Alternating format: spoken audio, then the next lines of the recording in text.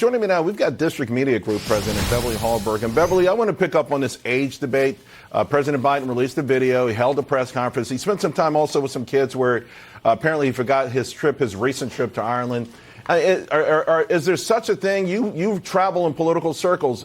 Are people concerned about age being a problem? He also had a cheat sheet when he was taking questions from reporters at that press conference.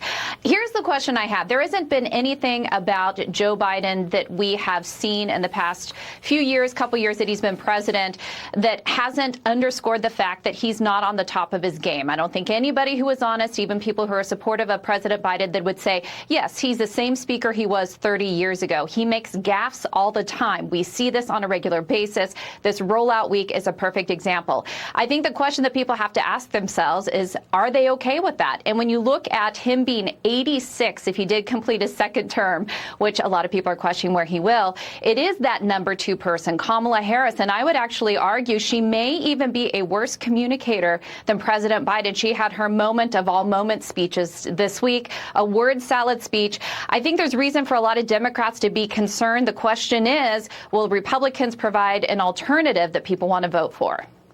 All right, so let's shift gears here because the number one seed in one of these rounds of NBA playoffs was the Milwaukee Bucks. And it turns out they got blown out by the number 8 seed. And their superstar player, Giannis, he was asked at the press conference whether the season was a failure.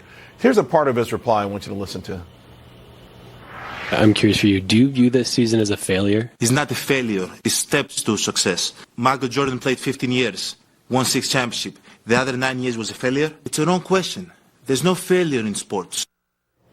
All right, so are you buying that? I would say a majority of people like it, but some are saying, hey, the guy makes like 40, 50 million a year to win, and that was a cop-out.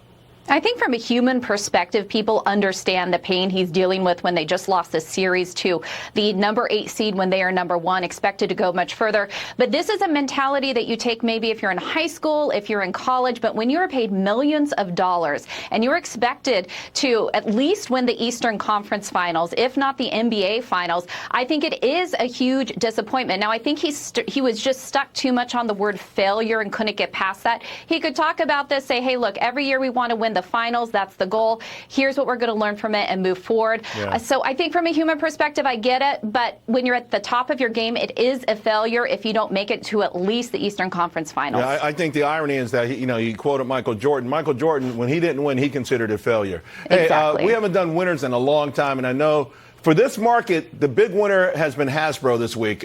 Great earnings report. But you say it's their rival that's been a real winner on Main Street. Tell us about it. A lot of traction on Twitter because Mattel did announce that they have a new Barbie out, and it is a Barbie with Down syndrome. I think this has been huge for them. They talk a lot about diversity and inclusion, and I think this is a community of people who are worth including in society, especially since so many women are encouraged to abort them. So I praise them for this move, and also I just want to tell Mattel, if they're looking for a Ken with Down syndrome, I have a very handsome cousin who would love to be the prototype for their Ken doll, so they can give me a call. We need Barbie and Ken, but I applaud that these are people with dignity and respect, and I think it's great that Mattel is honoring that. Well, let me tell you, their CEO has been on my show at least 3 times. He loves me. He'll probably call me after the show. I'll let you know. Thanks a lot, Let me Beverly. know. All right, I will. Bye. All right, folks, coming up, my take.